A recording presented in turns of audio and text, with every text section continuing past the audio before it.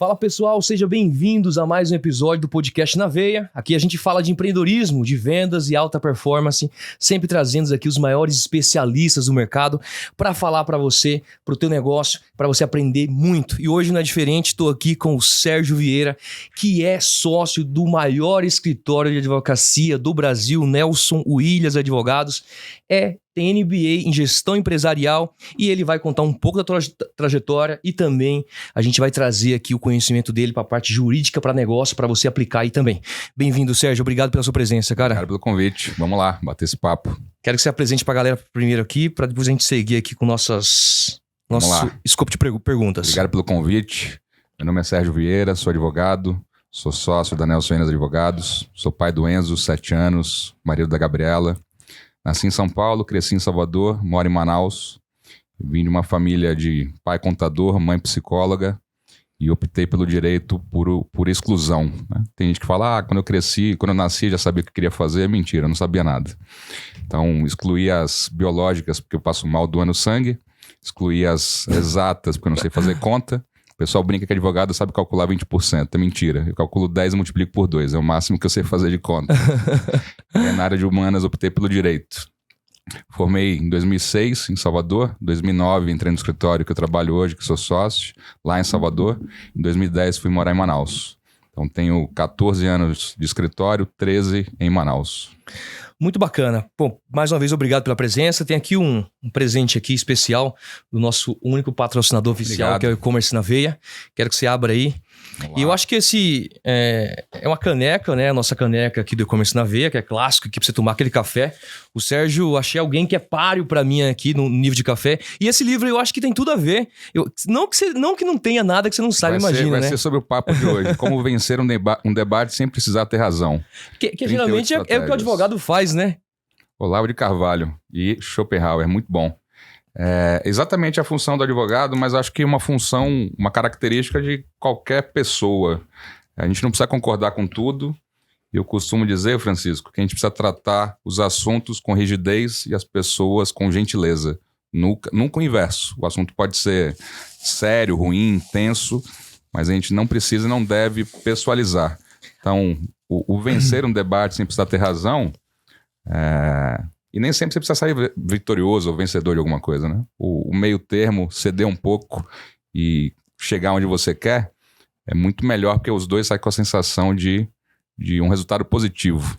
Tem a história do bode na sala. Você conhece o bode na sala? Não, essa daí eu sou nordestino, mas não faço ideia dessa daí. Essa é uma história muito simples. Uma família, enfim, vou dar uma outra leitura. Uma família grande e as crianças reclamavam que não tinha espaço em casa e tal, que queriam mudar de casa. E o pai, uma pessoa simples, entendendo aquela reclamação, um dia falou, vou resolver isso pra vocês. Ele colocou um bode na sala de casa. E aí o moleque, a família falou, porra pai, que porra é essa? Que bode na sala é esse e tal? E gerou um puta desgaste. O pessoal reclamando que não conseguia andar em casa, que o bode cheirava mal e tal. E aí depois de uma semana, ele tirou o bode da sala. E a sensação da família é que a casa ficou maravilhosa. Então é tudo percepção, né? Então, às vezes a gente precisa botar o bode na sala para gerar um desconforto. E quando você tira o bode, continua do mesmo jeito que estava, mas a percepção é que melhorou muito. Então, uma discussão, às vezes você bota o bode na sala, tira ele e o resultado é excepcional. Cara, insight sensacional. Já começamos bem, já dá um baita recorte esse. Já começamos bem. É claro que é uma brincadeira, né? Mas como vencer um debate mesmo sem ter razão? O advogado, ele consegue... trazer uma visão, né, ou argumentar uma visão de uma empresa, de um negócio. E esse livro eu achei interessante, me chamou a atenção e por isso que eu estou presenteando ele a você. Obrigado. Bom, primeiro, gente, eu convidei o Sérgio porque a gente tem alguns temas que estão super em altas, né? Super em alta, a advocacia para negócio em si, para gestão. E um tema que eu quero trazer aqui ao longo desse episódio é sobre a questão tributária, né? Eu sou um cara aqui, Sérgio, que a gente fala para empreendedor, a gente fala pro varejista, fala pro vendedor, fala pro empreendedor, o cara que tem negócio, principalmente negócio online. E uma das dificuldades que a gente vive hoje dentro do varejo, né? Várias notícias aí, os varejos em baixa, um monte de empresa quebrando. Essa questão tributária é algo que com certeza pode ajudar a salvar o negócio do empreendedor, e muitas vezes ele não olha para isso porque ele conta às vezes com o contador, coitado do contador, para fazer todo esse movimento, e não é o trabalho de contador, às vezes é basicamente entregar as obrigações. Aí eu quero que você, de repente, você já trouxe uma apresentação sobre você, mas, cara, eu tenho uma história que inspira muita gente, e eu gosto de ouvir as histórias. Eu sei que você passou por cima rapidamente, mas traz aqui um pouco da tua trajetória, como que foi, de onde tu veio, algum evento que foi foda na tua vida, ou que você virou jogo. E aí eu vou avançar aqui com nossas perguntas. Vamos lá, boa. Nasci em 83 em São Paulo, filho de um mineiro e uma paulistana. Meu pai contador do sul de Minas, minha mãe psicóloga de São Paulo. Minha irmã tem 7 anos a mais que eu. Então, quando eu nasci, meu pai foi transferido, ele trabalhava numa empresa de auditoria. Ele foi transferido para Bahia, então com 6 meses eu fui para Salvador. E num período que não tinha rede social, não tinha internet, não tinha nada, então eu cresci à distância da família. Pai, mãe, irmã e eu. Uma família de classe média alta à época. Ele trabalhava numa multinacional, então tinha o padrão ali de um executivo. Quando eu tinha uns 12, 13 anos, meu pai quebrou. Deram a missão para ele de reduzir custos. Ele era diretor financeiro de um grupo grande, e a missão dele era cortar gente para reduzir o custo da empresa. Ele executou a missão e ele se demitiu no final. Ele não achou razoável cortar um monte de gente e ele continuar sendo um custo para a empresa. E aí ele deixou de ser empregado executivo e passou a ser dono. E ele não conhecia a rotina de dono. Ele era uma cadeira dentro da estrutura. E aí ele migrou da noite para o dia para dono de um negócio. Ele foi empreender. Uhum. E como é natural com quem empreende, errou muito. Que é natural, faz parte do negócio, é do crescimento. E alguma hora ele quebrou. Então a gente saiu de classe média alta para quebrado. E nesse período, com 12, 13 anos, eu fui trabalhar de estagiário no escritório dele de contabilidade. Então minha irmã foi ser auxiliar administrativa, minha mãe secretária e eu office boy. Isso você estava aqui em São Paulo? Não, Salvador. Estava em Salvador? Salvador. São Paulo só nasci e fui embora. Então família, tem um pessoal aqui, mas eu cresci em Salvador. De 83 a 2010 eu morei em Salvador. De Salvador eu fui para Manaus. Então eu vivi o ter e vivi o não ter. E para mim ali, moleque não faz muita diferença. Não tinha 11, 12 anos. Minha irmã já tinha 19, 20. Então para ela talvez o impacto tenha sido maior. O que eu trouxe de positivo disso? Eu comecei a trabalhar com 13, 14 anos. Office boy, que eu acho que é uma profissão que nem deve ter mais. Office boy eu ia no correio, ia no cartório, ia levar documento, ia buscar, trabalho de rua. Que era muito comum naquela época, né? Exatamente. Trabalho de rua, de ônibus, novo, e continuava numa rotina ali no mesmo meio, colégio particular, com os mesmos amigos, e a vida dessa turma é completamente diferente. E tá tudo certo. Então eu comecei a amadurecer de alguma forma muito cedo. Então, dos 14 em diante, eu comecei a trabalhar e nunca mais parei. Então, em outras áreas, depois eu ingressei no meio jurídico. O que eu trouxe de ativo disso? Quando eu fiz 18, 19 anos, o pessoal começa a pensar em trabalhar, eu já tinha 4, 5 anos de mercado. Já conhecia como é que funcionava o dia a dia, já tinha alguma maturidade. Fui demitido e recontratado pelo meu pai umas 40 vezes. Ele me mandava embora no dia seguinte, ele mandava eu ir trabalhar. E isso me trouxe uma roupagem, uma história, uma armadura, você aprende, você apanha, enfim, dá uma maturidade. Sim. Depois que eu entrei no meio jurídico, comecei a estagiar cedo, porque eu precisava ajudar a pagar a faculdade, fazer faculdade à noite e trabalhava o dia inteiro. Trabalhei com meu pai, fiquei lá uns 5, 6 anos. Depois eu trabalhei num bingo, na época o bingo era legalizado, 2000, Claro, 2001, sim, claro. 2000, 2001. Do bingo eu trabalhei numa fábrica de sofá. Meu pai teve a brilhante ideia, não sei de onde ele tirou, de comprar uma fábrica de sofá e me dar. Mas eu não sei por que ele achou que eu queria ter uma fábrica de sofá. Eu fazia tudo menos sofá. Tinha um sócio que fazia sofá e eu administrava folha de pagamento, contas a pagar, contas a receber, fornecedor, vendas. E era sofá barato para classe C e D. Entregava sofá e tal. Isso me deu experiência com relacionamento, com gente. Então eu negociava com o fornecedor e eu fazia venda de sofá. E além de administrar o próprio negócio. Depois da fábrica de sofá eu entrei no meio jurídico e aí não saí mais. Poxa, mas porque hoje você é um cara bem sucedido, né? A gente, por coincidência da vida, graças a Deus, a gente faz parte do mesmo grupo de empresários, né? Que é o G4 Club. E hoje você é um cara bem sucedido. Apesar de você ter argumentado de ter caído por não acidente, mas exclusão dentro da advocacia, Hoje você é um cara que, pelo que eu acompanho, é um cara de negócio, de gestão, de pessoas, que é o que a gente vai trazer e vai abordar aqui dentro do nosso papo. E aí eu começo aqui, já trazendo para você, Sérgio, uma pergunta, né? Poxa, eu errei vários momentos, trupiquei, caí várias vezes e a maioria das vezes é por falta de conhecimento, né? Um empreendedor que tem um negócio, que está começando, já está em fase de crescimento, o que você poderia dizer para ele? Com o que ele deveria se preocupar? Como ele começa a se preocupar com essa área jurídica? Que no começo o cara está preocupado em vender e entregar basicamente. Só que essa jornada ela começa a mudar. Começa a vir outros problemas que o cara, meu Deus, e agora? De repente, se o cara prepara uma estrutura antecipadamente para perceber e para receber esse crescimento, como é que você poderia, quem sabe, estruturar aqui um início para o pessoal? Pegar o exemplo do G4 Club, tá? Ali a gente faz parte de um grupo que tem 150 empresários, certo? Certo. Se eu fizer uma pergunta ali, quem tem um CNPJ, você acha que quantas pessoas levantam a mão? 100%? 100%. Se eu perguntar quantos conhecem no detalhe o contrato social da própria empresa? Eu diria que não sei, nem posso nem arriscar 1%. Quase ninguém. Então serve de analogia muito simbólica, é isso mesmo. Se você perguntar quem tem um CNPJ, 100% tem. Se você perguntar quem conhece o próprio contrato social, neste meio que é qualificadíssimo, talvez 10% arredondando para cima.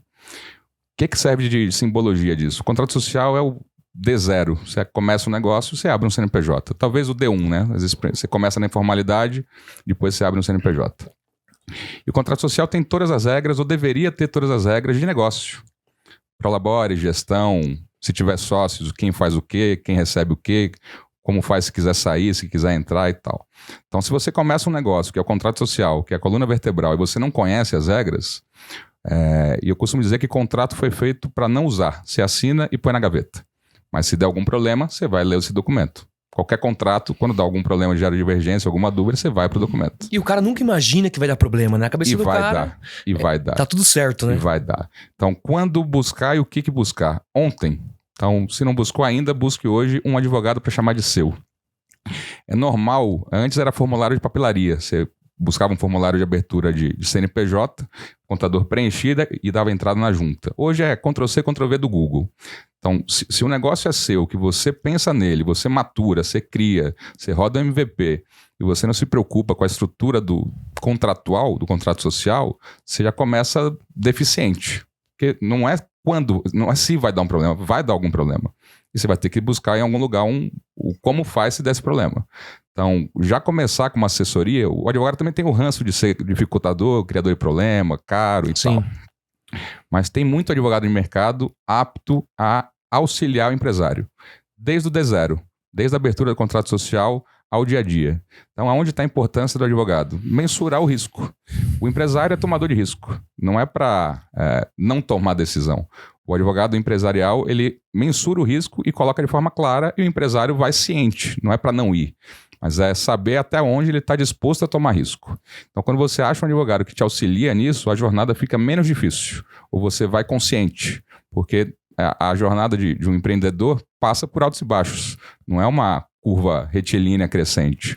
É igual aquele que mede batimento cardíaco lá, o ecocardiograma, né? Aqui, né? É isso aí. É isso aqui, ó. É isso aí. Só que a gente só conta quando está no ápice da curva, né? Para cima, quando está para baixo, ninguém fala a respeito. Mas acontece. Então, você ter alguém para te orientar e você estar ciente, te ajuda a entender melhor aonde você está pisando. Então, um contador é essencial e o advogado é essencial. Às vezes o advogado quer fazer o trabalho do contador e o contador quer fazer o trabalho do advogado. Não vai funcionar. Então, busque alguém, tem um advogado para chamar de seu. É isso. Eu gosto de assimilar isso a dor de dente, né? Porque, poxa, você falar pro cara que ele precisa escovar os dentes 3, 4 vezes ao dia, né? Passar o fio dental. Geralmente, pouquíssima gente faz no final das contas. Agora, o cara, quando tem a dor de dente, que ele corre atrás pra poder, né, curar essa dor de dente, tomar o analgésico. E aí, muitas vezes, não interessa muito o preço, ele só quer se livrar da dor. E aí, onde ele também comete um erro, de repente, de encontrar alguém que aí vai potencializar esse trauma que ele tem da visão do advogado. O problema, né? Dá um analgésico que resolve a dor, mas não resolve a causa. Exatamente. Isso é conselho de vó, Francisco. Você aprende pela dor ou pelo amor. Pelo amor é quando você fala pro cara, escove o dente. A dor é no dia que ele não fez o que deveria ser feito e dói. Conselho de vó. Tem muita coisa que conselho de vó funciona desde que muda mundo. Fale pouco e ouça melhor, duas orelhas e uma boca. As pessoas estão muito afoitas em querer falar e não ouve mais, ou finge que ouve. Sim. Aprender pela dor e pelo amor é você olhar a jornada do outro e trazer para si o que funciona e o que não funcionou. Então, tem muita gente que já percorreu um caminho maior que o seu, já tomou mais porrada. Você não precisa tomar as mesmas porradas, desde que você ouça e se espelhe nisso. Então, eu também sugiro que as pessoas tenham mentores, gente que já fez alguma coisa, que tenha mais experiência que você, e as pessoas são aptas a falar. Porque às vezes a gente tem vergonha de perguntar, ou não sabe o que perguntar. Então, no segmento, qualquer segmento, vai ter gente que já percorreu um caminho maior. Então, o contraponto tem muito mentor de tudo na internet, né? Tem uma raça pra cima e tem gente que vende fórmulas de sucesso sem nunca ter validado. Tem gente vendendo curso de como vender curso. E tá tudo bem. Mas se você quer contratar alguém que nunca fez nada, nunca entregou um resultado, a chance de ele te dar um resultado favorável é baixa. Então, qualquer segmento, busca alguém que já fez alguma coisa, valide se aquela história é real, porque tem gente que fala que fez e não fez, e peça ajuda, peça orientação. Bate um papo. Se você pedir para alguém para marcar para tomar um café, muito provavelmente a maioria que você pedir vai receber. Mas precisa de uma proatividade, você precisa se colocar à disposição e pedir ajuda. A gente se coloca muito de eu sou o cara, eu faço, eu aconteço, mas tem um passo atrás que é baixar a cabeça e ouvir quem já fez alguma coisa. Concordo 1000%, cara. O que eu vejo de empreendedor, eu escuto umas histórias e assim, são coisas que eu passei há 15 anos lá atrás. E aí você escuta e fala, meu Deus, isso vai dar merda. O cara vai fazer um negócio agora com a pessoa ali, aí mas já acertou isso, os termos, tem contrato, tá no papel, não, mas essa pessoa aqui é muito meu amigo, não vai dar problema, eu confio nele. Pelo amor de Deus, como é que você pode me perguntar isso? Ela é minha irmã, é meu irmão. E detalhe, tem um monte de caso que acaba o negócio e acaba até a relação de família, porque não tem regras claras. Esse apoio. E geralmente, cara, poxa, beleza, não deveria ser o formato correto, o legal seria o business plan muito bacana, mas a gente sabe que a realidade aqui não é essa, o cara só começa a fazer, daqui a pouco o negócio vai crescendo. O feito é melhor que o perfeito. O perfeito é tudo formalizado, todas as regras e tal, isso é o mundo ideal. Mas o contraponto também não deixa no zero. Não faz o Ctrl+C, Ctrl+V do Google. Relações profissionais e familiares podem caminhar juntas ou em paralelo e uma não deveria influenciar na outra. Não necessariamente sucessor e herdeiro ocupam a mesma cadeira. Você pode ser herdeiro e não ser sucessor de um negócio. Você pode ser sucessor e os seus irmãos não participarem do negócio. Então tem que ter ali pelo menos os combinados, precisam estar claros de algum momento. Se não foi do início... começou o negócio e não fez ainda os combinados, ok, não tem problema nenhum, mas pare e pensa a respeito. E a pandemia serviu muito, depois de muita tragédia, para entender que as pessoas vão embora ou ficam temporariamente incapacitadas. Então imagina negócios que as pessoas estavam entubadas, internadas e tal, e os negócios continuaram. Então, o básico, essa pessoa que está afastada recebe prolabore, recebe lucro, a empresa paga o custo dela, o tratamento não paga. Então, é um monte de questões de e se acontecer o que é que acontece, o que é que a gente faz, que são fatos futuros e certos. Então, a sociedade não necessariamente é eterna. O percentual de empresas que chegam na segunda ou na terceira geração é pequeno. Então, os negócios acabam. E se você não combinar como é que vai ser a saída do negócio, vai dar problema. Tudo que envolve dinheiro, poder, ego, se não tiver um combinado claro, vai dar BO. Tem um dado ali que eu acho que 95% das empresas que se iniciam, e é um negócio assim quase que mundial, tá? A gente fala muito que o Brasil é difícil empreender, mas é meio mundial. Sim. 95% dos negócios, geralmente, entre o terceiro e o quinto ano, desaparecem. E aí você tá falando da vida do empreendedor. Imagina o cara que tem um negócio informal, o cara infelizmente vem a falecer ou fica doente. Ainda mais a gente que é empreendedor, a gente tá muito exposto ao risco. A gente pode infartar e cair duro aqui agora, e de repente... Não, agora não. Eu tô bem, tá? Eu tô bem agora. Mas você entende que pode acontecer? Claro, e de repente não tem documento, não tá combinado. São duas certezas na vida, a morte e os impostos. A morte e os impostos. Poxa, essa parte de imposto a gente tem que falar, hein, cara. O que é esse livro aqui? Eu vi ele aqui, eu tava esperando aqui um presente. Você me deu um presente, gente. Esse é meu pra você, ó. Tá aqui, ó. A filosofia de sucesso na advocacia, apesar do título, não é exclusivo para advogados. É seu, não? É meu. É teu livro. Meu e do Bruno Bon, um amigo que a gente escreveu em coautoria. E ele trata de conceitos da advocacia pro... Vamos lá, são 3 obrigações que se dizem que a pessoa tem que ter na vida, né? Plantar uma árvore, quando era moleque eu plantei o feijãozinho no copo plástico na escola. fazer um filho, o Enzo tem 7 anos, lindo, e escreveu o livro. Então é o primeiro livro. E aqui a gente traz um paralelo de filosofia com prática. Não tem fórmula mágica, receita de sucesso, fique rico em 3 dias, nada disso. A história do que funcionou pra gente, do que não funcionou, fazendo um paralelo com alguns insights filosóficos e serve para qualquer pessoa de qualquer segmento. Muito bacana. Então tá aí, ó, filosofia de sucesso na advocacia. Você tá assistindo aí a recomendação de livro, já vou ler. E se você me acompanhar lá no Instagram, eu vou dar um feedback depois. Vamos lá. Aproveita e fazer o pitch aqui. Se ler e gostar, comenta. Se ler e não gostar, não fala com ninguém, não. Sensacional.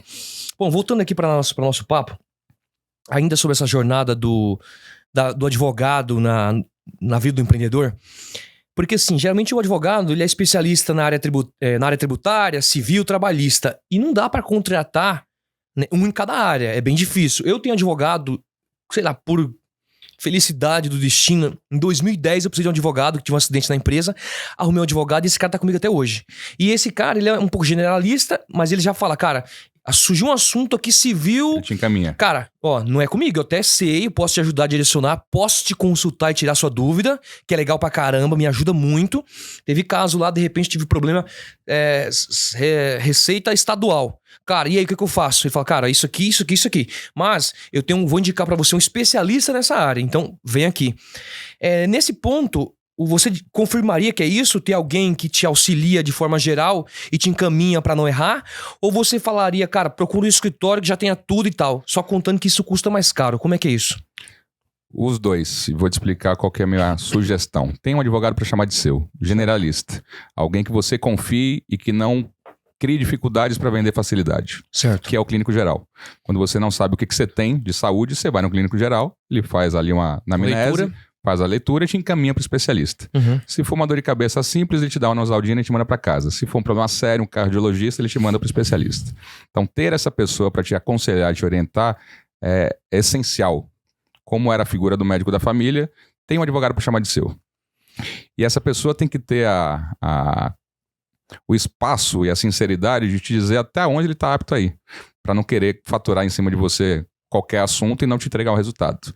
Então essa pessoa encaminha, mas qualquer dúvida que você tiver de qualquer assunto, você confia nele. Você conversa com ele e ele executa sozinho até onde ele pode, e quando ele não pode, ele tem a liberdade de falar, Francisco, esse assunto não é comigo, vamos contratar alguém.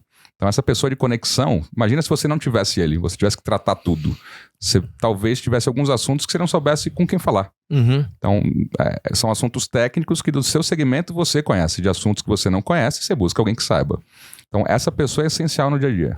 E você é um cara muito inteligente, né? Pela convivência que a gente tem. Você faz esse tipo de trabalho, não? De ser o cara generalista um pouco, pra direcionar, pra consultar. Porque eu sei que você não chegou nesse ponto, pelo menos eu não lembro agora, porque você hoje é sócio, né, do maior escritório de advocacia do país, do Nelson Williams Advogados, na região de Manaus. E quero até ouvir depois aqui como é que você chegou nesse posto, né, hoje. E me responde também a parte anterior, que eu acho que é interessante. O do generalista? Por exemplo, o empreendedor que está nos ouvindo aqui. Tá. Cara, tenho consciência que preciso ter um advogado para chamar de meu. Posso chamar o Sérgio de meu? O escritório, Francisco, o escritório faz tudo. Eu não gosto de falar que a gente faz tudo, porque quem ouve entende que a gente não faz nada. Qual a analogia que eu faço com o mercado? Você entra numa rede de saúde, num Einstein, no Sírio, quando você não sabe o que você tem, você vai no clínico geral. Uhum. Ele faz uma triagem, se for cardíaco, ele te manda para o cardiologista dentro daquela rede. Se for um problema de qualquer outra área, dentro daquela rede. Nosso escritório é um complexo de saúde que você não precisa sair de lá para fazer qualquer outro assunto. Lá dentro a gente tem civil, trabalhista, tributário, sucessão, societário, M&A, todas as áreas do direito, dentro do nosso negócio, tem algum profissional apto na estrutura para te atender. Então, a gente tem quase 3 mil pessoas na estrutura, nos 27 estados. Todas as capitais do Brasil têm um escritório próprio nosso. Não é parceria, não é franquia. Então, se tive um problema, de repente, lá na minha terrinha, na Paraíba, eu tenho alguém, de repente, para ir lá e resolver o trem. Tem um escritório próprio, com sede própria, com um sócio, com equipe lá na capital. Isso no Brasil todo, sem nenhuma exceção de estado. E se eventualmente tiver um assunto que o profissional de lá da Paraíba não resolva, internamente, em alguma filial, a gente demanda entre a gente mesmo, a estrutura é uma só, e internamente a gente entrega uma solução, seja lá onde for, do Acre ao Rio Grande do Sul, sem exceção vai ter um profissional para atender. Então, o Sérgio, eu faço a função muito mais de gestão, da porta para dentro, de gestão do negócio, e da porta para fora, prospecção, relacionamento com o cliente, mas eu não abro mão da parte técnica. Então, tecnicamente, eu faço civil, societário, sucessório, tributário, alguns assuntos específicos eu acompanho pessoalmente. Legal. Agora, hoje você é sócio, né, do Nelson Williams, e eu não sei se tem algum detalhe, né, que não pode ser revelado, mas como é que você chegou a esse ponto hoje? A gente não fala diretamente para advogado, mas às vezes sempre tem alguém que é dessa área nos ouvindo, ou de repente para ensinar alguém aqui que hoje a gente tá na era do imediatismo, né? Todo mundo quer as coisas para ontem. Então o cara olha para você, o cara tem depressão já. Não, tá assim, é a geração do mimimi, tá terrível. O advogado recém-formado olha pro Sérgio, ai meu Deus, não sei o quê. Aí é aquela questão de você colocar o bode na sala que você falou no começo, muito bom. Mas conta um pouquinho disso, como é que você chegou até lá, cara? Fiz faculdade de 2002 a 2006, falei que meu pai é contador e minha mãe é psicóloga. Nenhum advogado na família, num estado que a gente não tinha nenhum parente, então não tinha o QI, não tinha indicação de ninguém para entrar no mercado.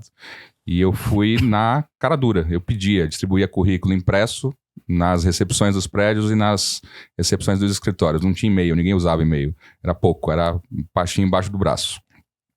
E por insistência, e aí a gente já começa a contar um pouco da história, eu sempre fui sempre gostei de gente e sempre tive facilidade de comunicação. As pessoas são, geralmente, quem é mais introspectivo tem mais dificuldade.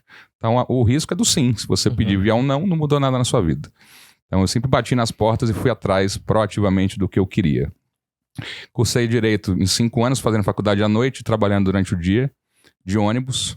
Formei em 2006, meu primeiro carro eu comprei em 2008. 2 anos de formado, fazendo audiência de ônibus, rodando de ônibus. E tá tudo certo. Aí você aprende a diferença de preço e valor das coisas. De 2007 até 2009 eu trabalhei em outros lugares e entrei na Nelson Williams de Salvador em 2009. Meu papel era exclusivamente da porta para fora, prospecção. Trazer novos clientes para o escritório. E o volume de novos clientes que eu trouxe foi tão significativo que este número apareceu para o Nelson, que é o sócio que dá o nome ao escritório, que fica em São Paulo. Ele precisava de gente para algumas cadeiras vazias, olhou os indicativos objetivos, número de contratos fechados e clientes. Meu nome apareceu e ele me convidou para assumir a gestão de Manaus. Na época eu tinha 26, 27 anos. Moleque, recém-formado. Eu cheguei em Manaus em 26 de outubro de 2010. O escritório já existia, pequeno, 5, 6 pessoas. E eu fui assumir a gestão do que já existia com a missão de aumentar o escritório. Então, 2010, 6 pessoas, 2023, 220 pessoas. A gente saiu de uma estrutura de 40 metros para 600 metros hoje. Claro que eu não fiz nada disso sozinho. E o escritório também cresceu proporcionalmente no Brasil inteiro. Na época a gente tinha 200, 300 pessoas no Brasil inteiro, hoje tem quase 3 mil. Mas eu tenho algum papel nessa curva de crescimento. E o ativo é gente. E isso não é só para advogado, não. Isso é para qualquer empresário, empreendedor, empregado, seja lá o que for. As pessoas têm vergonha ou têm medo de pedir. Ou pecam por omissão, por subentender ou presumir algumas coisas. Então, o seu negócio, independente de qual seja, você precisa falar sobre ele. O que você faz, a solução que você entrega, qual o problema que você resolve, o que você vende. Não pode ser chato de estar o tempo todo querendo vender, porque ninguém aguenta vendedor que enche o saco, mas não pode ser mudo. As pessoas falam, eu faço network e não dá resultado. E vai no evento e fica sentado no canto com o celular. Você não tá ali. E às vezes porque ele tentou uma vez que não deu certo, e aí o cara já se inibe ali de tentar de novo. Se a gente pensar que 10 a 20% das prospecções dão resultado, a gente está dizendo que 80 ou 90% não dão, certo? Uhum. Aí você fala, Sérgio, a cada 10 visitas, uma dá certo? Não necessariamente. Você pode ter que fazer 1000 visitas para que no 901 comece a dar certo. 902, 903. Aí quando chegar no 1000, você vai ter 100 de êxito e 900 de não êxito. Pessoal, a gente fala muito de resiliência, de jornada. É isso, é aguentar não. O percentual de não é muito maior que de sim. Você não pode desistir no primeiro não, nem no segundo não, nem no terceiro não. E isso você aprende na porrada, você aprende levando não. Só que muita gente, que você falou da geração mimimi, ouve um não, 2 nãos e fala, porra, o mercado tá saturado, não tem espaço. Não tá, tem espaço. E depende de você. Você tem que entender o que você vende, o que o mercado precisa e se colocar de uma forma proativa. Então tem gente que fala, o mercado tá saturado, tá sentado em casa assistindo Netflix, pô. Não vai cair do céu, hein? Se você ficar sentado em casa assistindo Netflix, você pode estar adquirindo conhecimento, conteúdo, entretenimento. Mas o que você faz da porta para fora, da forma que você se coloca, isso pode ser no digital ou no presencial. Isso realmente é ser proativo. Então, bater na porta, na minha nunca bateram. Então, eu sempre fui atrás das oportunidades. E é o binômio capacidade e oportunidade. Quando a oportunidade aparecer, você tem que estar capacitado. E se você tiver oportunidade sem estar capacitado, é uma culpa sua. E se você não tiver oportunidade, crie. Não dependa dos outros. Como que você cria? Vai atrás. Então, não tem vaga de emprego. Monta um negócio. Não sou empreendedor. Procura alguém. Peça ajuda. Então, oportunidade se cria e capacidade depende exclusivamente da gente. Eu faço uma assimilação com isso, que eu falo que a nossa vida, a gente nasceu no meio do deserto, né? Principalmente quem é mais humilde, começou do zero. Careca e pelado. Careca e pelado. E aí, a grande questão é que você tá no meio do deserto do Saara, e aí você passa a vida toda esperando ali a mudança, né? E essa mudança eu chamo do camelo selado, né? E aí, de repente, a oportunidade bate na tua porta e você não tá preparado. Então, você não sabe montar um camelo. Você não sabe montar o camelo. Aí você fala, poxa, não tenho sorte, não consigo me desenvolver, não tenho oportunidade. Só que a oportunidade, a gente fala que a oportunidade não bate 2 vezes na mesma porta. Às vezes até bate, mas o problema é que o cara não tá preparado. Sim. Geralmente o cara não tá preparado. Sim. Eu gosto de falar disso, porque que é um próximo tema que a gente vai trazer, falando de negócio. Eu criei um negócio novo ali no comecinho de 2020, que é a Megadim, que é um negócio que eu até uso de case no meu Instagram para mostrar o potencial do digital, da venda online pra galera, pro empreendedor. Principalmente aquele tradicional, que justamente por isso teve um problema, tentou e não conseguiu, porque estava com a pessoa errada assessorando e por aí vai. Então eu criei esse negócio do zero, e aí, o que é estar preparado, o que foi meu camelo selado? Em 2018, 2019 eu já senti que meu mercado, a empresa que eu já tinha desde 2009, era um mercado pequeno, um pouco estagnado, que eu já me tornei ali o melhor do mercado. Falei, peraí, então eu preciso me preparar para uma oportunidade muito maior. E aí eu comecei a estudar esse mundo digital. Quando foi no começo de 2020, apareceu um lindo, maravilhoso e potente camelo selado, que é o segmento que foi puxado pela pandemia do segmento esporte e fitness. Aí criei um negócio que 1 ano e meio depois teve até proposta de compra do negócio, que é o tema que eu vou puxar agora. Apareceu um fundo, ofereceu 31 milhões de reais no negócio. Na época eu tava crescendo 2 vezes ao ano, dobrando de tamanho, e aí eu não queria sair do negócio.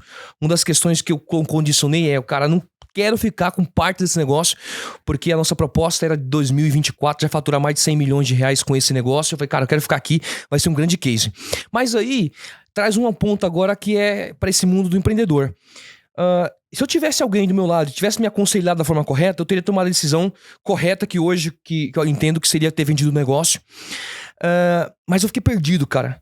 Apareceu a proposta lá, e aí, queremos seu negócio. Você construiu um negócio muito rápido, um modelo DNVB, que cresce muito rápido, escala muito rápido, não vimos ninguém dentro do mercado com esse perfil.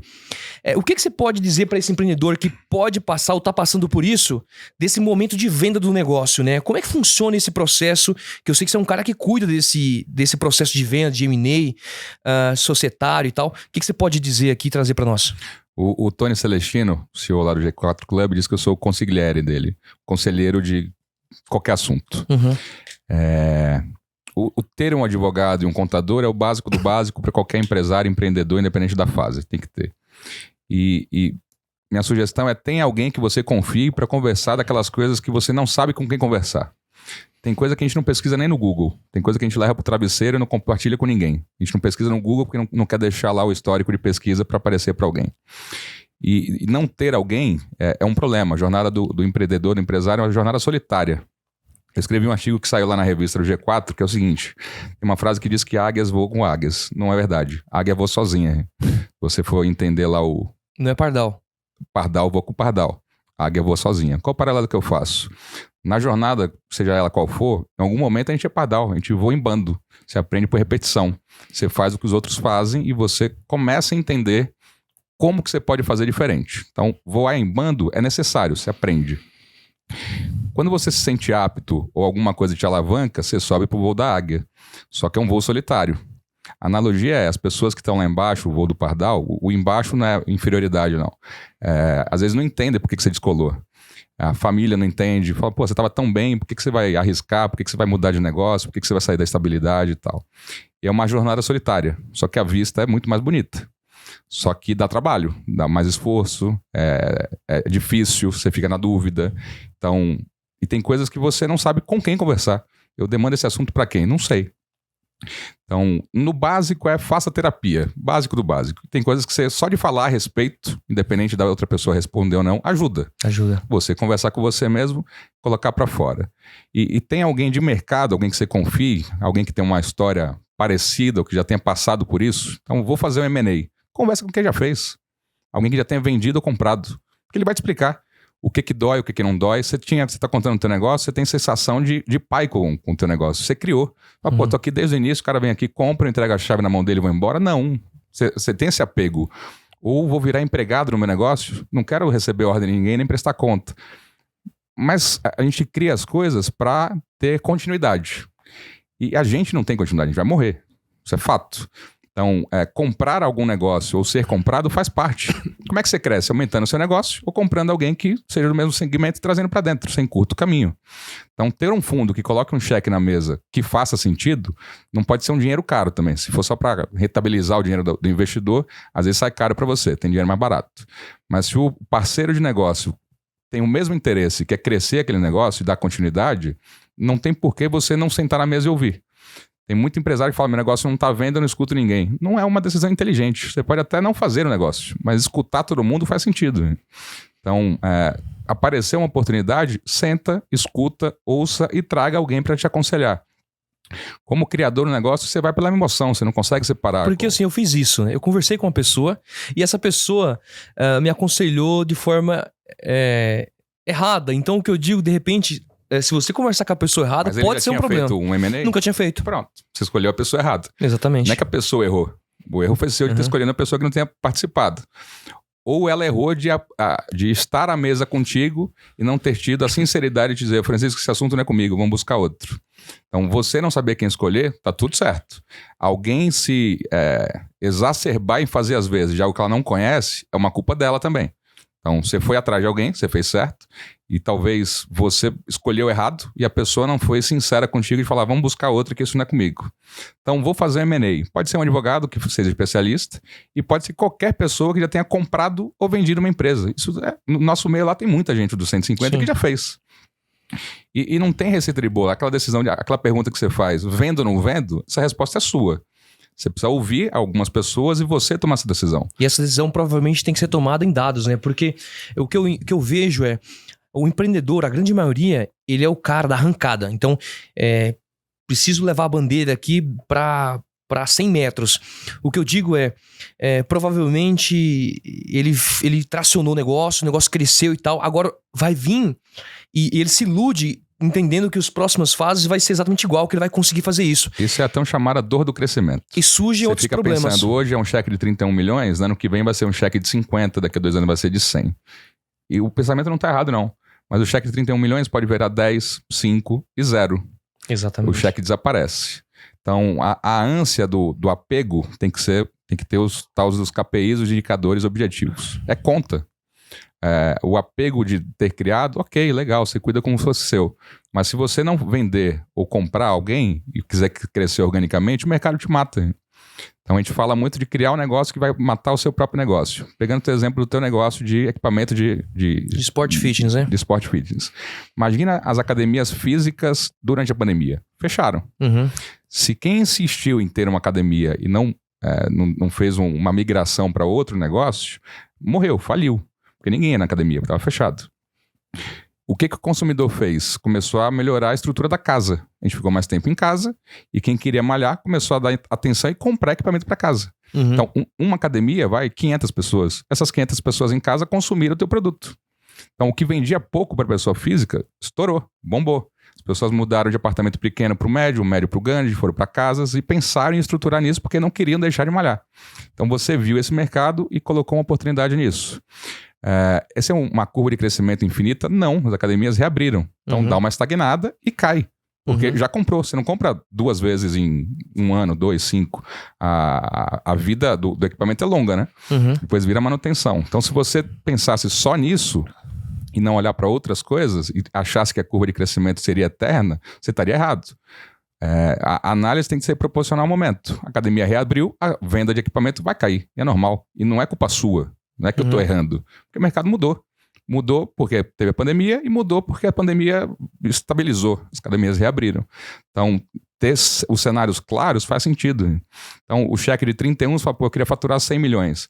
Se fosse um grupo que faturasse 500, você ter 10%, 20% de quem fatura 5 vezes mais, talvez faça mais sentido do que ter 100% do negócio que é só seu. Eu chamo de... Às vezes é melhor você ter 1 ou 2 fatias de uma pizza gigante do que ser dono da sua pizza brotinho. E o empreendedor é exatamente isso. Nossa pizza brotinho que é minha, ninguém põe o dedo e tal. Eu tenho uma visão diferente hoje, mas a gente entra num ponto de adaptação do negócio, Sim. né? Então, no meu negócio, por exemplo... Maturação e maturidade. Já entendi o movimento, então eu adaptei o modelo, que apesar...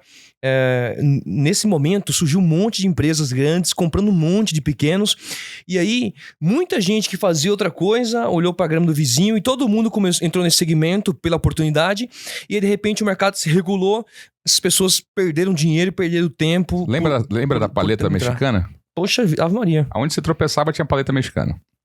O que é paleta mexicana? Picolé. A gente dá nome bonito para vender coisas mais caras e tá tudo certo.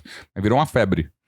Da mesma forma que food truck, hamburgueria, os iogurtes lá com um monte de coisa, tal. Dá um boom e some. É capaz de não ter 99% das paletas mexicanas. Foi uma curva de mercado. Quem entrou no final não deu certo. Sim. Teve alguém que surfou essa onda e deixou de existir. Você continuar num segmento, num nicho que não faz mais sentido, o erro é seu. Então, se você entender que aquilo ali tem uma vida curta, e você insistir nisso, às vezes a gente não tem um cenário claro, mas tem alguns indicativos que você consegue mapear isso. Então, fazer parte de uma estrutura maior, que te dê um apoio, te ajude na tomada de decisão, ajuda. Tem coisa que você não tem no teu radar. Então, um grande grupo já percorreu o caminho. Você pode querer ser o grande grupo e comprar os pequenos, tá tudo certo. Sim. Você vai tomar uma porrada grande, um bom tempo, e você, em algum momento, vai ser o cara que vai comprar as outras empresas. É uma forma de crescer. Mas não tem por que você não olhar e ouvir o que seria fazer parte de algum outro grupo que tem interesse em você. Esse tema de equity, né, tá muito em alta hoje, mas a grande maioria não faz ideia do que se trata, né? E aí, quando o pessoal me procurou, eles vieram lá do México, fizeram visita, uns gringos lá e tal. E aí eu fiquei, poxa, por que esses caras não pegam essa grana e eles não fazem? Porque dá pra fazer de novo e gastar talvez menos. Aí eles falaram o seguinte, o tempo que a gente vai gastar, você tá aqui Mais barato colocar o dinheiro em você do que montar do zero. Porque o tempo que a gente vai gastar pra criar essa estrutura já é esse valor, né, já se liquida ali. E eles aí queriam comprar 100% ou queria que você continuasse? Queria 100% do negócio, porque a cultura do fundo eles não deixam o empreendedor, porque por causa do histórico e tal. Tem alguns fundos que exigem o empreendedor fique lá dentro e tem outros que o empreendedor sai fora porque alguns empreendedores são um problema, porque ele cuida do filho ali e pode atrapalhar as decisões. Para mim, eu queria, não pela grana, mas pela oportunidade de fazer um grande case. Então, queria ficar lá dentro, até fiz propostas de valores menores para continuar dentro do negócio. Agora, uma coisa que muita gente não deve fazer ideia, né? O cara imagina que o cara bate na porta, e aí, quer vender? Quero. Passa o Pix. Cara, esse negócio durou 6 meses. E haja coração pra tomar decisão. Auditoria. Pelo amor de Deus, loucura. Explica pra galera como que funciona esse processo de início e venda. Primeiro, eu acho que vamos contextualizar. Eu decidi, cara, eu quero vender meu negócio. Aonde que eu vou? Aí batendo na minha porta querendo comprar meu negócio. Qual é o meu comportamento a partir de agora? Boa pergunta. É normal que os bancos pequenos, médios e grandes façam às vezes tanto pelo comprador quanto pelo vendedor. E os escritórios de advocacia também, e tem alguns escritórios especializados em M&A, que é fusões e aquisições. Então, quero comprar alguém. Você escolhe um parceiro de mercado que faça isso, entrega um mandato para ele, ele vai falar em seu nome e vai procurar no mercado o perfil de quem você quer comprar. E quem que é esse cara que vai falar no teu nome? Pode ser algum banco, XP, BTG, qualquer banco geralmente tem esse núcleo específico de M&A. Tem escritórios, empresas especializadas em M&A e tem escritórios de advocacia especializados nisso. Certo. Então, você quer comprar alguém, você pesquisa no mercado, encontra alguém e delega para ele. Fala, eu quero comprar uma empresa com este perfil e essa pessoa vai a campo mapear quais são as oportunidades. Então, eu quero vender a minha empresa. Assim, busca essa mesma pessoa e fala, eu estou à venda. delega para ele e essa pessoa vai olhar para o mercado, quem são os concorrentes, pessoas que estão médios ou maiores que você, e vai bater na porta e falar, eu tenho só os números sem dar o nome também. Eu tenho esse perfil de cliente que quer ser vendido. Mostra os números e vê se faz sentido. Então, geralmente é isso. Quem bateu na tua porta deve ter pedido para alguém de mercado olhar no segmento que eles pediram e acharam você. E aí começa com uma primeira abordagem e passa por uma due diligence. Assina um NDA, um acordo de confidencialidade, um memorando de entendimentos. Então ele diz que tem interesse e pede para você abrir os números. Não é um Pix de imediato. Então ele vai validar se a vitrine, se o estoque é proporcional à vitrine. Então o que ele viu, ele quer saber por dentro as entranhas disso e vai olhar os números. Depois de feita uma auditoria e os números forem saudáveis ou fizer sentido, ele te faz uma proposta. Então, respondendo a tua pergunta, quem eu procuro? Qualquer pessoa de mercado, qualquer pessoa não, alguma pessoa de mercado que seja especializado em fusões e aquisições. Conversa com ele se você quiser comprar ou se você quiser vender a tua empresa. E eu acho que é interessante até abordar que quando me procuraram, o negócio estava uma bagunça para venda. Então eu diria, por mais que você fale, cara, não vou vender meu negócio... Serviu para você organizar. Cara, e por isso que demorou e foi sofrido. Agora, eu vou puxar até o próximo tema depois que a gente terminar sobre essa questão, por que foi sofrido. Eu acho que o empreendedor ele já deve preparar o seu negócio para venda, deixar ele pronto para venda. Meu negócio está prontinho para venda. Não é preparar para venda, é preparar para você mesmo. Vender é uma outra decisão. Então, a velha história, eu cresço e organizo ou me organizo e cresço? E tá tudo certo. É normal a gente crescer muito e alguma hora parar para arrumar. Ou porque o mercado pediu, que você precisa mostrar os números, você fazer balanço, balancete, tal. Ou porque você tem sócio e precisa prestar contas, ou por qualquer razão. Mas minha sugestão é não espera chegar esse momento, porque dá trabalho depois a trocar o pneu do carro em movimento. Quando fazer? Não tem receita de bolo, a resposta é sua. Mas se você fez muito bem feita a venda, a prospecção e tal, se você não olhar para dentro, você vai pecar na entrega. Se não tiver um back-office organizado. Você tem que ter uma linha de produção que funcione. Vou parar. Aí você também, o contraponto, você não pode engessar demais, né? Vou criar um monte de processo, procedimento, documento e tal, e o negócio não anda, né? A história do time Fica lindo, mas não anda. Time de vendas versus execução. Da venda quer vender. A execução fala, calma, peraí. Então tem que ter um equilíbrio nisso. Quando fazer? Alguma hora você vai ter que fazer. Ou por imposição ou por necessidade tua. Vou arrumar para vender? Não necessariamente. Vou arrumar porque eu preciso ter um negócio arrumado. Sim.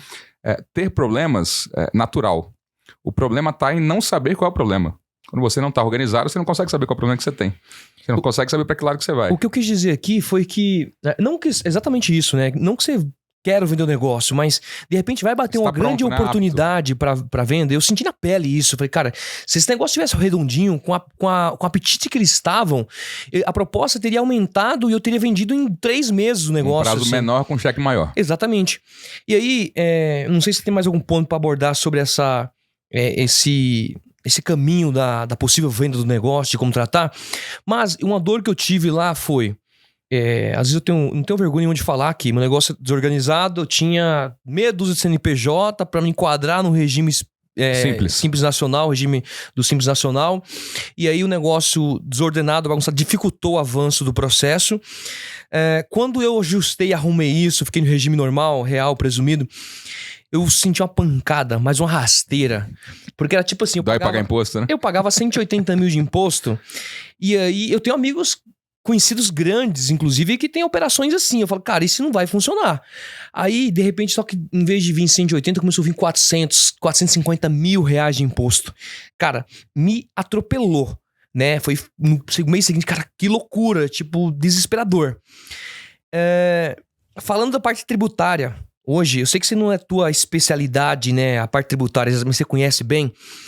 Existem alguns movimentos, né, de migração de empresa, por exemplo, do estado de São Paulo para Minas Gerais, para Espírito Santo, para Santa Catarina, para outras regiões, por causa do benefício tributário. O que eu digo na última linha, aquele cenário deu uma diferença, às vezes, de 9% na minha operação. O que você pode trazer, além desse insight sobre essa questão tributária, o que fazer, o que tem de oportunidade, o que o empreendedor pode fazer, por onde ele pode começar? O maior sócio de qualquer negócio é o fisco. Seja simples, lucro real ou presumido. Fato. Você pode até não pagar o imposto, mas você vai ter um passivo que uma hora vai dar um problema. Sim. Tem imposto municipal, estadual e federal. É uma coxa de retalhos. Cada um que você conversa vai te dar uma orientação diferente. E o contador faz o básico. O contador emite a guia, te manda e na dúvida ele emite a mais cara e você que se vire para pagar. Na composição de custo do negócio, no planejamento, você tem que levar em consideração os impostos. Você pode até não recolher naquele momento. Não estou dizendo para não pagar, mas o cálculo tem que estar com a margem correta. Senão você vai vender com o preço errado. Sim. Então você saiu de 180 para 450. Se não cabia na conta, é porque você fez o planejamento errado. Você foi mal orientado ou você estava pedalando com o valor dos impostos. Você estava considerando o lucro da operação algo que não era. E dói, é duro pagar imposto. Mas fazendo uma conta de padaria, se a gente pensar que 30% é de imposto e você estava pagando 500 mil, você estava faturando proporcional a isso. E se a conta não fecha, é porque você errou na precificação. Então, eu lembro que o Silvio Santos era a pessoa física que mais pagava imposto de renda no Brasil. Eu queria ser o Silvio Santos, eu ia ficar felizaço se eu pagasse lá 10 milhões de imposto de renda, porque eu estava ganhando proporcionalmente a base de cálculo e gerasse isso de imposto. E o planejamento tributário, Francisco, é você entender, não é pagar de forma equivocada ou sonegar, ou nada disso. É pagar da forma justa, nas melhores condições possíveis. Então, Zona Franca de Manaus, eu moro em Manaus. O que é a Zona Franca de Manaus? É uma região na qual não se paga ou tem alíquotas reduzidas de impostos. Por que as indústrias estão lá? Porque a base de cálculo de imposto é diferente, é menor. Tudo que você olhar em casa, de geladeira, ar-condicionado, televisão, tudo de eletrodoméstico e tal, ou veio da China ou foi produzido lá na Zona Franca de Manaus. Qual que é o ativo da Zona Franca de Manaus? É uma região distante, o decreto-lei é de 67, que criou a Zona Franca de Manaus. A ideia era povoar uma região de fronteira distante. Como é que você manda gente, empresário para lá? Tem que fazer sentido financeiro. Então as empresas estão lá porque sobra mais dinheiro, ou custa menos do que em outros lugares. E isso tem em diversos estados que têm benefícios. Zona Franca é um deles, que tem um pacote de benefícios, e diversos outros que você mencionou também tem. Só que é tanta regra tributária que a gente não dá conta. Então você tem que buscar alguém que entenda e muda completamente a última linha de resultado financeiro. Você pode estar pagando imposto a maior ou a menor. E tem possibilidades, e o digital é um deles, de pagar uma alíquota justa, correta, mas menor do que você está pagando hoje. O que eu faço? Busca uma empresa, um escritório de contabilidade, um tributarista, um advogado, e dá a missão dele de analisar o cenário e ver se tem um caminho melhor, se você pode pagar diferente. Então, São Paulo, Campinas, Alphaville tem uma tributação diferente, menor que São Paulo. Então, se a matriz do negócio estiver em Alphaville, a tributação é menor. E está tudo certo. Só precisa que você tenha o endereço fiscal e a inscrição do seu CNPJ lá. Tem muita empresa que abre dentro de um smart office, no cowork, e recolhe um ISS menor, que é o imposto municipal. E se você não parar para se atentar a isso, seu concorrente faz, ele vende com preço menor, porque ele tem margem para isso, e ele ganha um mercado que você não entende o porquê. Às vezes você olha para o teu mercado e fala, por que esse concorrente faz algo que também faço e ele cresce muito mais que eu? Às vezes está na margem de preço. Você vende a X, ele vende a X menos 1. E você não consegue entender o porquê que dele é mais barato. Ele não está queimando a margem. Ele tem uma tributação mais ajustada. Ele paga menos imposto que você, então ele consegue vender mais barato. Essa questão da precificação que você trouxe, a verdade é que a gente, empreendedor, a gente é progresso, depois ordem, progresso, depois ordem. E eu não sei se tem outra forma de fazer isso. A precificação, eu tava, com a margem de lucro muito interessante, faturando e lucrando muito, né, pro meu segmento. E aí, quando virou a chave, a gente enfrentou um problema, né, que é a vida real do empreendedor, que não é tão simples assim. Imagina que tem a concorrência que regula preço. Claro. Tem outras empresas que estão operando dentro do regime do Simples Nacional, por exemplo. Tem um concorrente lá que não emite nota. E a gente tendo que fazer tudo certinho, a conta, né, desconfigura. E aí você é obrigado a vender o seu produto, compensar essa margem de preço. Só quando você aumenta o preço do produto, ele vende menos. A despesa... Deixa eu só fazer um comentário para não perder a lógica. Eu fiz MBA em Gestão e Negócios. Eu fiquei uma semana de aula de precificação, de segunda a sábado. Eu não entendi 70%, mas enfim, advogado, para número é difícil, né? No último dia, o professor ensinou como o mercado precificava. Ele poderia ter dito isso no primeiro dia e matava a semana. O americano precifica da seguinte forma: ele pega todos os custos que ele teve na produção e coloca o markup dele e ele encontra o preço de venda. Aí o professor ensinou. Ele falou, gente, você sabe como é que o chinês precifica? Aí a galera falou, não. Ele falou, o chinês pega o preço do americano, diminui e fala para a produção, se vira. É o empreendedor brasileiro, o concorrente. É isso. Se o americano vende a 100, o chinês fala, a gente vai vender a 90, você tem 70 para gastar. Se vira na indústria. Uma regrinha simples. Você começa um negócio, você olha para o mercado. Sua qualidade é maior que o mercado? Não. Então você não pode vender mais caro. Se você vender com o mesmo preço, você vai conseguir entrar? Não, porque já tem alguém na tua frente ali que já tem um mercado maior que o seu. O que você faz? Você vende mais barato. Agora você tem que vender mais barato por alguma razão. Ou porque cabe, você vai ganhar menos dinheiro, ou porque você vai deixar de pagar alguma coisa. Deixar de pagar não é uma decisão inteligente, vai gerar um passivo. Então, esmagar a tua margem, às vezes trocar dinheiro é necessário para ganhar mercado. Então, se você sair no zero e conseguir abrir o teu negócio, é necessário para você rodar ali um tempo e tomar algum mercado. Depois você ajusta o seu preço. Mas precificar errado, você vender barato sabendo que você está esmagando a sua margem, ok. Você precificar errado é um problema.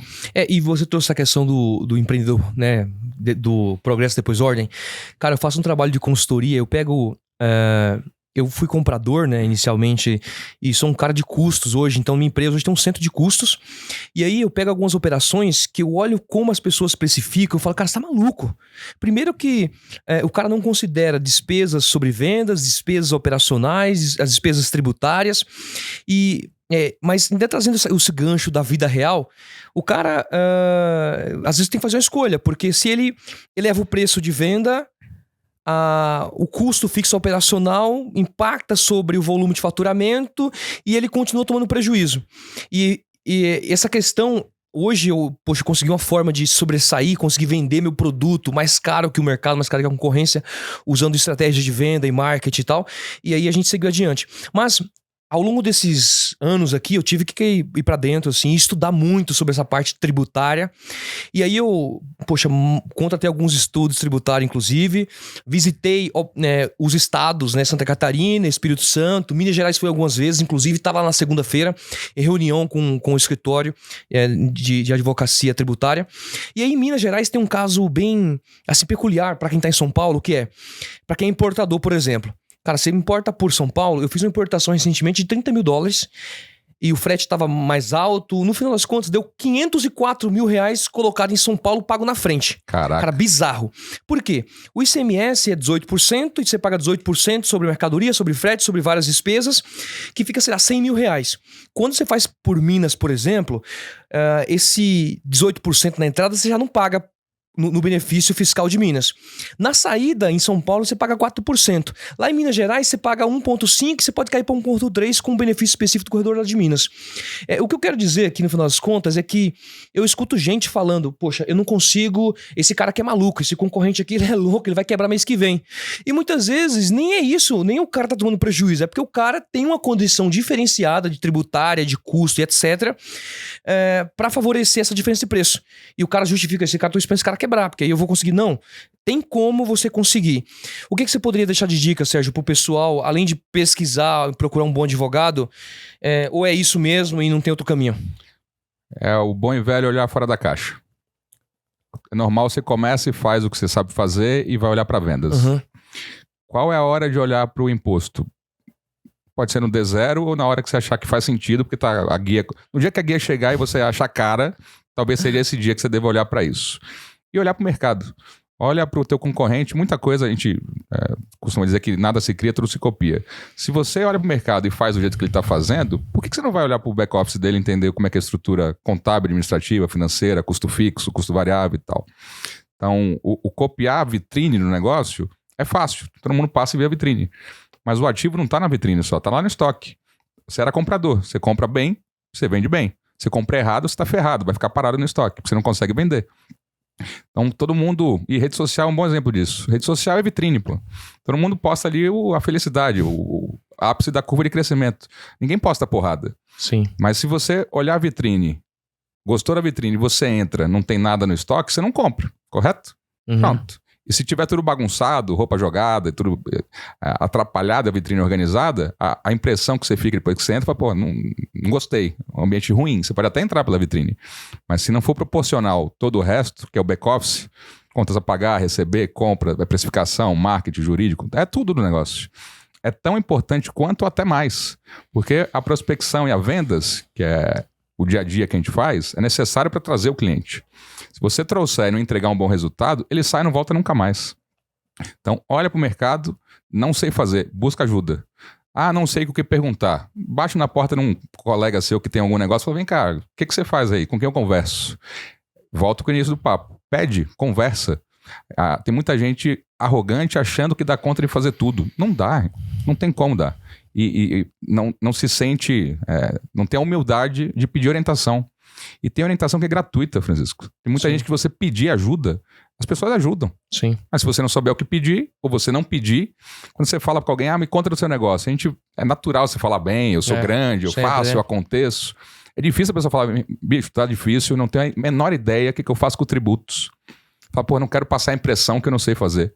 Pergunta, bicho, pede ajuda. Sim. Deixa a fumaça, o confete para outro lugar. Vai lá e pede ajuda. As pessoas vão ajudar. Não tem para que pedir. Contrata. Paga. Então, se você contratar um serviço ruim, barato, vão te entregar um resultado ruim, barato. Então, de novo, busca quem já fez, valida isso, que tem gente que fala que fez e não fez, e contrata.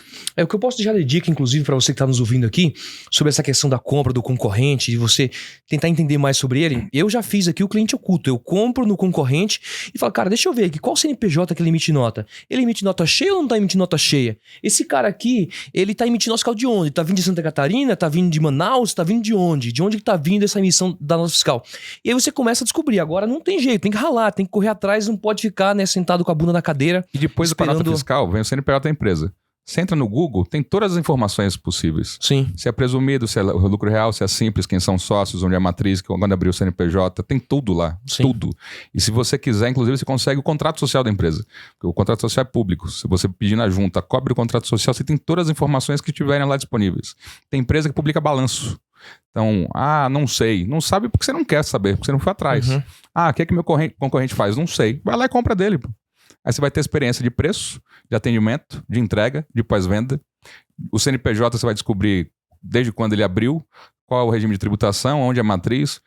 Então tem coisa que a gente tem todo o espaço e é fácil e gratuito fazer e não faz. Total. Se ele tá pagando os impostos, se não tá? Não sei o que fazer. O pessoal entra na internet, vai ler notícia, vai ler futebol. Beleza. A mesma internet te dá todas as informações que você precisa, se você quiser. É só digitar no Google, CNPJ, número tal. Vai aparecer tudo. E não precisa de uma mente brilhante para fazer isso. Sensacional. Procure um advogado tributarista, inclusive o escritório do Sérgio aqui pode te ajudar com isso. O Sérgio, a gente estava nos bastidores aqui falando anteriormente. Vocês perceberam aqui, não vou falar sobre esse tema, né? Vocês percebem aqui? Pode falar. Pode falar? Vou botar o óculos aqui. O que acontece, cara? Aqui, lembra do El Professor? Do El Professor da La Casa de Papel? Cara, esse cara aqui, ele trouxe aqui, a gente rachou o bico, mas... Só não assaltei um banco. Mas tem muito dinheiro, tanto quanto ele. Amém. O Banco da Espanha. E você, Sérgio, é um cara que é um cara da advocacia e não necessariamente é um advogado que faz a rotina. Você hoje é um gestor, né? É um líder que trata de gestão. Aí eu trago esse outro tema aqui, que é um tema, é uma dor, eu acho que é a principal dor do empreendedor que tá nessa onda de crescimento, crescendo muito rápido. É gestão, é pessoas, é processo e tal. Então eu começo por aqui te fazendo uma pergunta, né? Como é que faz pra ser um bom líder, pra performar, para ser um líder que organiza o negócio, que faz o negócio crescer e se desenvolver e que faz as pessoas se desenvolverem? Bom, primeiro que eu não sei se eu sou bom líder, tem que perguntar pro pessoal lá se sou ou não. E liderança a gente conquista, não se impõe. Se você disser, tem dois tipos de percepções, a que você tem de você mesmo e a que o outro tem de você. Se alguém disser eu sou um bom líder e o mercado, os subordinados e as pessoas disserem que não, o que vale é a percepção dos demais. E no final do dia, Francisco, tudo é sobre pessoas. Gente conecta com gente. Sou um cara de tecnologia. Você tem que vender seu serviço para alguém. Você pode até ficar sentado atrás do computador o dia inteiro. Alguém precisa comprar isso. Alguém precisa clicar lá e mandar abrir o carrinho, né? Que fala. Então, ser um bom líder é dar exemplo e saber colocar as pessoas certas nas cadeiras certas. Quando você coloca a tartaruga na árvore, a culpa não é da tartaruga que não sabe descer de lá, a culpa é sua que colocou lá. Então, saber extrair o melhor de cada um e tirar o melhor proveito. O Nelson diz muito sobre maximizar virtudes e minimizar defeitos. Ninguém é perfeito.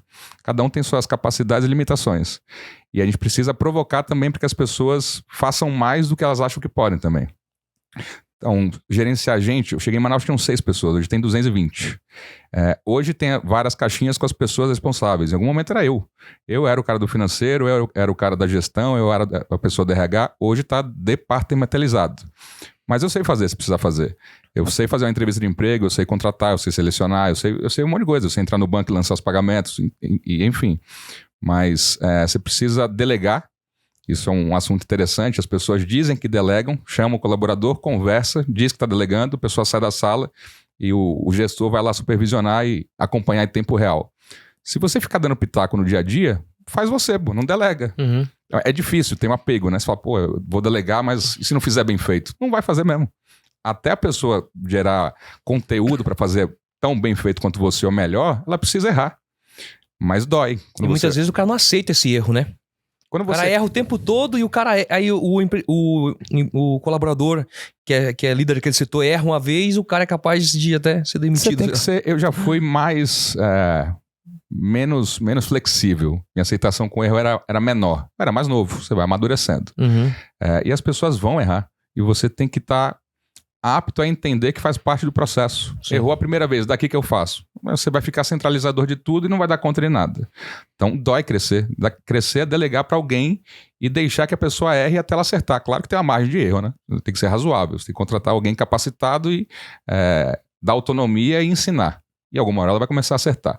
Então, gerenciar times, squads, o nome que a gente quiser que dá, entender qual o papel de cada um na estrutura, alinhar a expectativa, tem que ter os combinados claros e cobrar o resultado.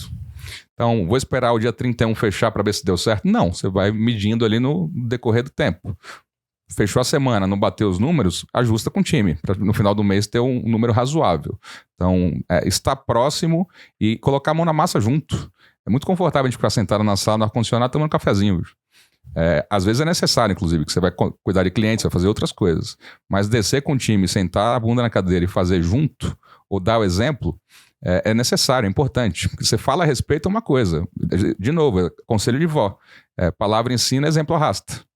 Então, gerenciar time é estruturar as pessoas certas nas cadeiras certas, dar autonomia, alinhar expectativa e monitorar resultado. Não deu certo, não precisa jogar duro pra cima e sair dando esporro, não. Senta, conversa e realinha. Então, é perguntar por que não deu certo. As empresas falham em não ouvir o colaborador. Às vezes a solução está dentro de casa. As empresas contratam consultoria, auditoria, vai buscar no mercado um monte de solução e está tudo certo. Mas às vezes está dentro de casa. Ouve teu colaborador, que geralmente ele tem uma solução, uma sugestão boa. E isso serve para qualquer núcleo, tá? O cafezinho tá ruim. Conversa com a copeira, pô. Tá muito forte. O café tá ruim, Sérgio? Não, tá maravilhoso. Tomou 2 garrafas só, gente. Tomou 2 garrafas só. Ganhei do banheiro. Mas é um exemplo simples. Às vezes a solução tá dentro de casa. Não gostei do café. É o problema do pó? Não, conversa com a copeira. A copeira, a secretária, o motorista fazem parte do time. E se o café tá ruim, pode ter um problema no processo também, né? Se o cliente chega na tua empresa e ele é mal atendido na recepção, isso impacta na experiência dele, do tal Customer Experience. Os caras falam muito inglês aqui. É tudo uma engrenagem. Tem que ter o bom atendimento da recepção à entrega do resultado. Então, não tem mais importante ou menos importante. E a função de gestor, de dono, de sócio, o nome que quiser, você chegou lá por alguma razão. Aonde geralmente se peca? Quando se chega lá, o tal do chegar lá, as pessoas sentam na cadeira e acomodam. O importante não é onde você está. É para onde você pode ir também. E o time... Você assistiu a palestra do Adib? Você já estava? Tava lá. Pronto. Ele falou um negócio que é muito bacana. Não é racional, não é proporcional você crescer e seu time continuar onde está. As pessoas precisam crescer juntos. Não só nível financeiro, mas de conhecimento. Tudo. De ambiente, de relacionamento, de clima, enfim, financeiramente. Tem que ser proporcional. Se é um time, todo mundo fala, aqui não é uma empresa de uma pessoa só, a gente faz parte de um time. Tem que ser proporcional em tudo. Então, à medida que você vai avançando, você precisa que os demais que fazem parte, quem toca o piano, também cresçam. Exatamente. Agora você falou essa questão do exemplo arrasta. Às vezes o empreendedor fala, cara, poxa, o pessoal aqui não tem disciplina, o pessoal não está comprometido. Se for uma empresa de padrão mais tradicional que precisa, né, do disciplina com relação ao horário, seja o que for. E o cara é o pior exemplo. O cara, ele não chega aparece na empresa, chega às 11, vai embora às 13. Aí ele quer que o pessoal, às vezes, sexta-feira esteja pegado a tarde toda, motivado, vai embora 2 da tarde e tá na praia e não sei o que e tal, e acha que ninguém tá sabendo. Tem esse perfil do exemplo arrasta. Essa questão de soltar a corda pro colaborador. Eu vivi isso, cara. Eu acho que a última vez que eu decidi largar de vez foi em 2017. Já teve cenário de eu ter ido entregar uma mercadoria, ter ido fazer uma visita na casa, na operação de um cliente, e o pessoal me ligar: Francisco, volta pra cá porque a operação parou, tá precisando de você. E eu, cara, sou um cara de chão de fábrica, a gente tem máquinas computadorizadas, por exemplo. Cara, eu falava assim, cara, vai ser impossível na minha cabeça, eu juro, Sérgio. Vai ser impossível alguém operar essa máquina tão bem, que não tenha risco, que a produção continue. E eu percebi que o problema era exatamente eu, cara. Nenhum colaborador conseguia aflorar ali dentro. Você não deixava. Porque eu não deixava. Não é só que eu não deixava. Beleza, tô deixando, ó, faz certinho aqui. Aí o cara, de repente, ia lá, trombava a máquina, fazia uma merda. Cara, paulada no cara. O cara, não vou fazer mais isso, cara. Se eu fizer, esse cara eu vou ser demitido. Traumatiza, né? Traumatiza o cara. E aí, eu entendi isso em 2017. Hoje eu passo uma semana fora da empresa. Inclusive, eu ensino isso nas consultorias sobre a importância disso. E o empreendedor, cara, ele concentra. Ele é concentrador. Ele tá na mão dele. O negócio tá certo, Francisco, quando ele funciona sem você. Aí gera outro desconforto. Você fala, pô, fiquei dispensável pro negócio. É isso mesmo. Se tudo funcionar perfeitamente, é a hora que não precisa de você. Exatamente. Claro que tem seu papel ali para não deixar sair do trilho.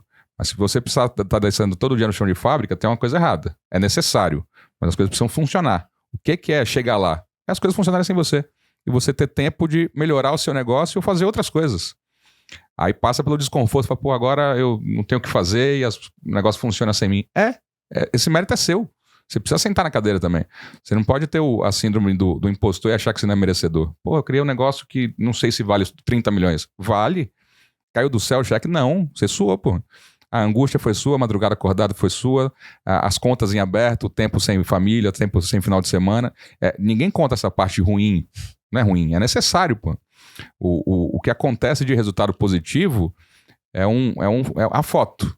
Né? Ninguém conta do filme o que foi necessário para chegar lá. Mas se tornar dispensável, que as coisas funcionem, é o melhor dos mundos. E tá tudo bem.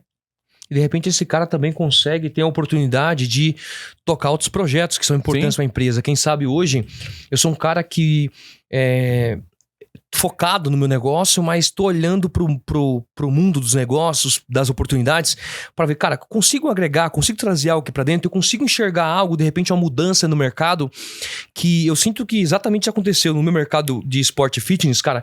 Tava todo mundo olhando para cá, tinha uma baita oportunidade surgindo, e o cara tava tão dentro da operação que ele não olhou essa oportunidade vindo, né? Eu enxerguei essa oportunidade, olhei lá para fora, China, Espanha, tava em alta, isso 3 meses antes do Brasil. Peraí, parece que tem uma oportunidade aqui dentro. Deixa eu acompanhar, deixa eu tentar entender e estudar o que está acontecendo aqui.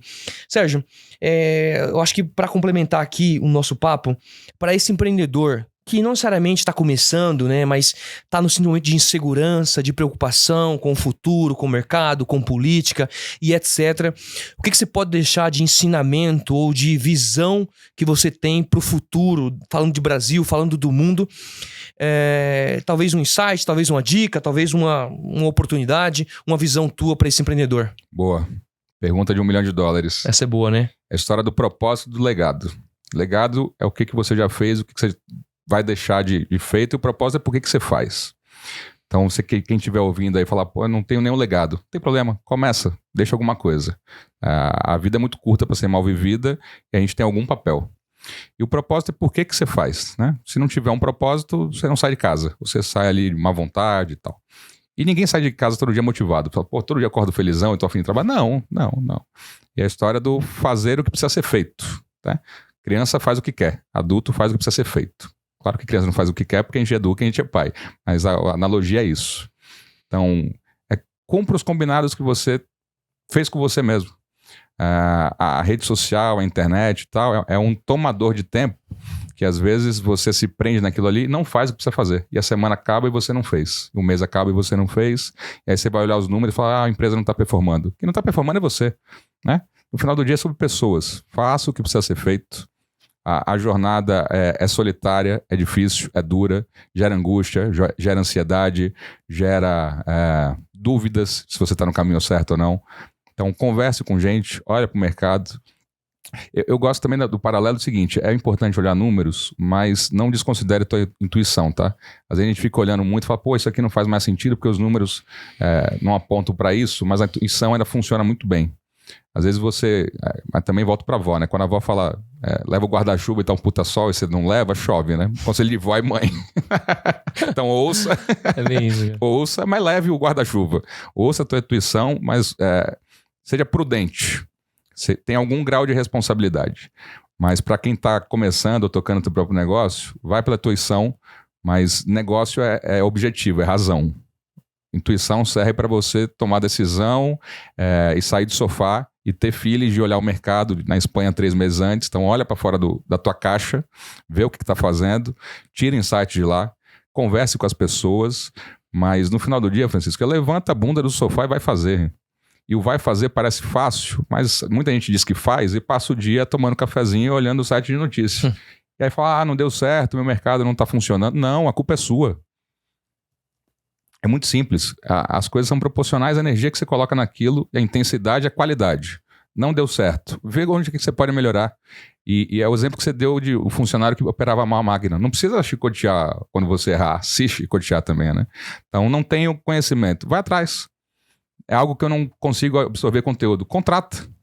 Então, a internet serve para tudo. Tem muito conteúdo gratuito disponível. Não sei sobre gestão de pessoas. Estude. Não sei sobre financeiro. Estude. Não entendo. Contrate. Contrate alguém melhor que você. O problema não é ter o problema. O problema é ter um problema e não achar e não ir atrás da solução. E ficar postergando isso. Que, de novo, é fazer o que precisa ser feito.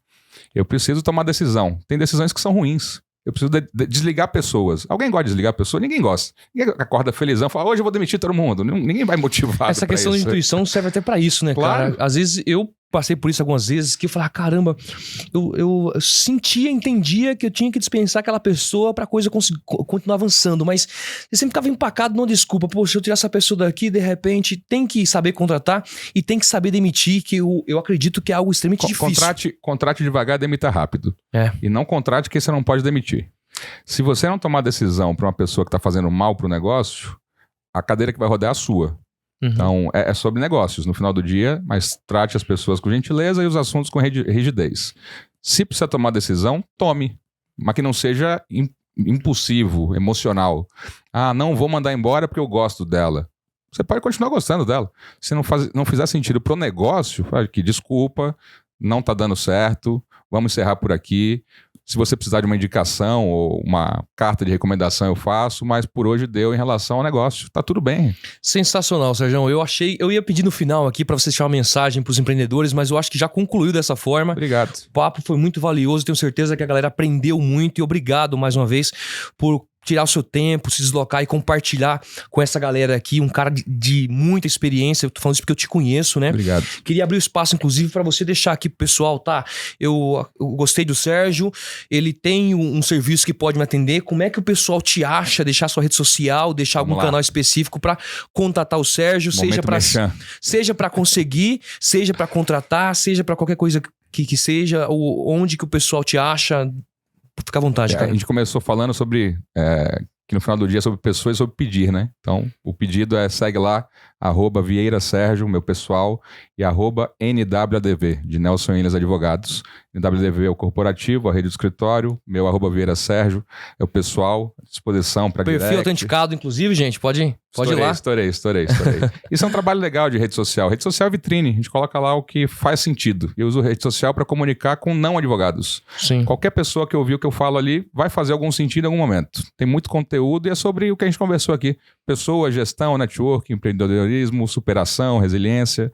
Então, se gostou do papo, comenta lá. Se não gostou, não fala com ninguém. Segue nas redes sociais, curte, compartilha. Sérgio.Vieira, é isso, né? @Vieira Sérgio. @Vieira Sérgio. Isso. Tudo junto. Tudo junto. Então segue lá no Instagram, tenho certeza que você vai aprender muito. E é claro, mais uma vez aqui eu quero agradecer a esse tempo que você assistiu, que você tirou para aprender aqui com a gente. Também deixa um recadinho aqui, né, gente? Segue a gente lá no perfil, @Francisco Limant no Instagram, @Podcast na Veia lá no Instagram e no YouTube. Estamos também no Spotify. Da mesma forma que se você ouviu esse episódio aqui, você curtiu, tem outros vários episódios com pessoas, empreendedores de verdade, que tiraram o seu tempo aqui para te ensinar. Então valoriza a gente, já curta lá, se inscreve e aproveita a oportunidade de aprender com pessoas que fizeram e que tem história, que tem estrada, que fez, que empreendeu de verdade, tá bom? Então é isso aí, até o próximo episódio. Tchau. Valeu, gente.